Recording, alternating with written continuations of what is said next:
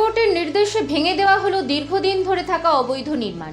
সাগরপাড়া বাজারে রাজ্য সড়কের পাশে থাকা একটি দোকানের সামনে পিডব্লিউডির জায়গায় দীর্ঘদিন ধরেই ছিল তিনটি ছোট ছোট দোকান, যার ফলে ক্ষতিগ্রস্ত হচ্ছিল দোকান মালিক, আর তার ফলে আদালতের দ্বারস্থ হয় পিছনের দোকান মালিক।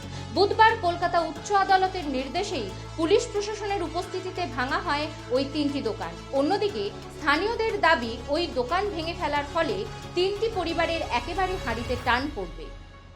আমার এখন সংসার চালানো বিশাল আমার দুষ্কর হয়ে পড়বে। আমার কিছুই নাই, আমার মানে কোনো, আমি মাঠে খাটতে জানি না। আমি ছোটোর থেকে এই ব্যবসা, ছোটোখাটো ব্যবসার মধ্যেই থাকি। কিন্তু হ্যাঁ, এই দোকানটার বয়স 45 বছর। রুজি রোজগার এর মধ্যে আমার কোনো রকম চলে যায়। তাই কোনো ছেলেকে ভালো পোশাক দিতে পারেনি, কিছুই দিতে পারেনি। আমার এই দোকানটাই নির্ভর ছিল। এই দোকানদার আমি করে খাচ্ছিলাম, আমার পেটে লাথি মারা হলো। আমাকে 4 আনা পয়সা দিল না। আমাকে দিতে চেয়েছিল এর আগে, কিন্তু দেবো করে কেস করে, ওর পয়সার জোরে কেস করে আমাকে কোনো পয়সা দিল না। আমি বলেছিলাম যে কিছু আমাকে পয়সা দিলে আমি রুজি রোজগার করে খাবো, একটা টোটো কিনি কিংবা কিছু কিনি, আমি চালাতে পারবো। হ্যাঁ, সেটাও আমাকে দিল না, বলছে কিছুই দিব না।